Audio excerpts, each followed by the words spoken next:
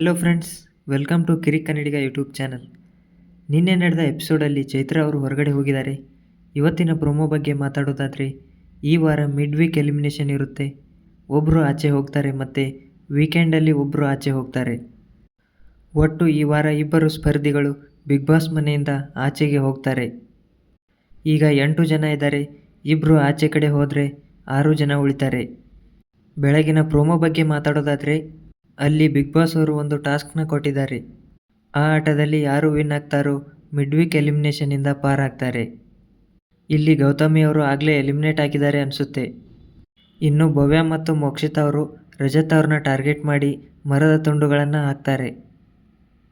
ಆಮೇಲೆ ರಜತ್ ಅವ್ರು ಬಂದು, ನೀವಿಬ್ಬರು ನನ್ನ ಟಾರ್ಗೆಟ್ ಮಾಡಿ ಹಾಕಿದ್ರಿ ಅಂತ ಹೇಳ್ತಾರೆ. ರಜತ್ ಅವರು ಮೋಕ್ಷಿತಾಗೆ ನಿನ್ನಿಂದ ಇದನ್ನ ಎಕ್ಸ್ಪೆಕ್ಟ್ ಮಾಡಿದ್ದಿಲ್ಲ ಅಂತ ಹೇಳ್ತಾರೆ.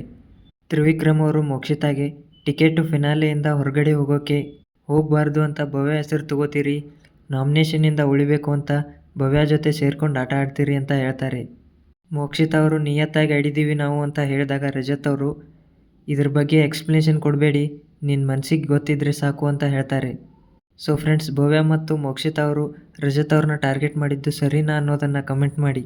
ಹಾಗೆ ನಮ್ಮ ಚಾನಲ್ಗೆ ಸಬ್ಸ್ಕ್ರೈಬ್ ಮಾಡಿ. ವಿಡಿಯೋ ಇಷ್ಟ ಆದರೆ ಒಂದು ಲೈಕ್ ಮಾಡಿ.